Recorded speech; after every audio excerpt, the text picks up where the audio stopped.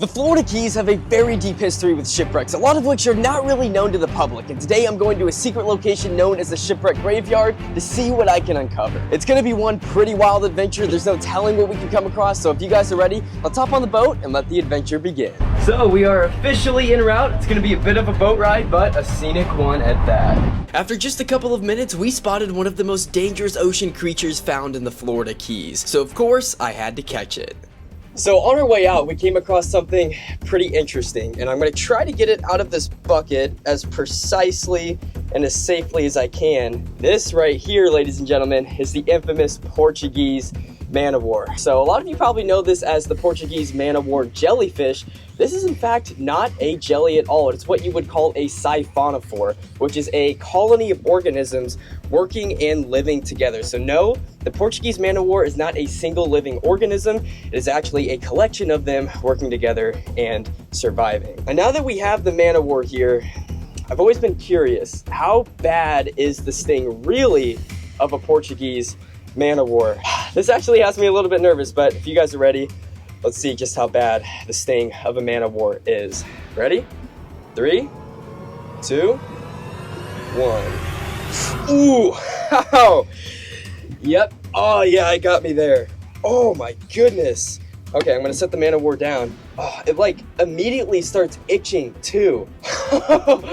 Okay, not as bad as I would have anticipated. Portuguese man-of-war, one of the most fascinating and alien-like ocean creatures.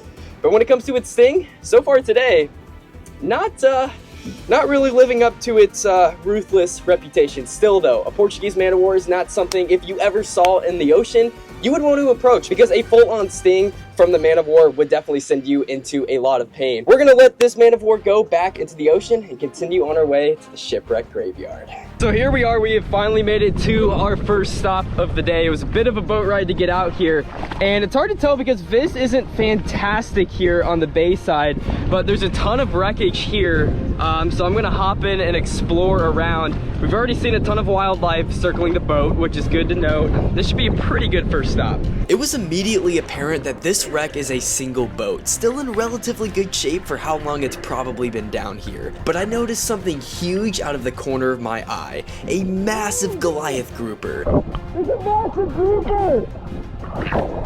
Oh my god! This is the largest Goliath I have ever seen in the wild. Goliath groupers are typically found on wrecks because it provides an abundance of prey items as well as protection. But man, it's not every day you can swim with a Goliath grouper of this size, so it was definitely a treat. This wreck was also surrounded by Atlantic spadefish. I was practically in a spadefish tornado. They were everywhere and definitely seemed really interested by me. Now, by the looks of it, this ship wasn't sank on purpose, which definitely adds an eerie element to this dive. It's also a massive boat to find in only 10 feet of water, but there are a lot of different wrecks nearby, so I hopped back on the boat and started looking for wreck number 2. This area is called the Shipwreck Graveyard for a reason. Most of these wrecks are unknown to the public, which means our tactic for locating these wrecks is by cruising the shallows until we see some discoloration in the water. And luckily for me, I have the help of a good friend, McCadie, with Satisfaction Charters. Well, some more time cruising and we have found yet another wreckage location. You can see kind of the discoloration in the water there. That's where the wreck is. So we're anchoring off real quick. I'm gonna hop in. We've already seen a nurse shark and a massive grouper before I've even hopped in, so gotta get geared up really quick again and hop in. Now this wreck is even larger than the first and is teeming with biodiversity. There are more groupers on this wreck than I can count, and I even got spooked by this little nurse shark hanging out in the wreckage.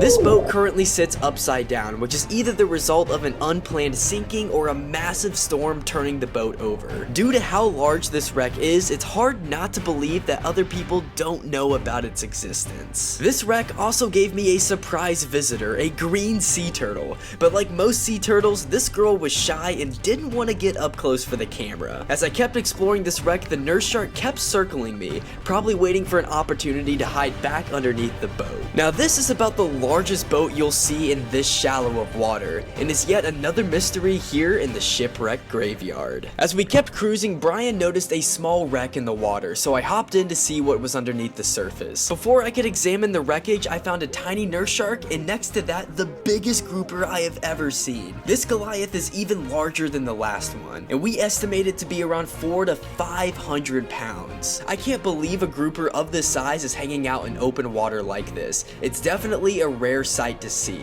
Unfortunately, this doesn't look like a complete wreck, or if it was, the main hull is long gone. Like I keep mentioning, this area has a lot of unusual and mysterious wrecks, and this is yet another example of that. By this point, it was late in the day, and after quickly hopping in to explore another small wreck, it was time to make the hour-long boat ride back to Isla Mirada. We're officially on our way back in, but after the 4 stops today, I think the shipwreck graveyard definitely lived up to the name. We found these 4 wreckage sites, and we passed a whole bunch more while we were just driving around, all right next to each other. And the biodiversity on these wrecks is absolutely insane. I can't wait to come back down here to explore even more wrecks. But until then, I'm Ray Tiller, and I'll see you guys on the next adventure.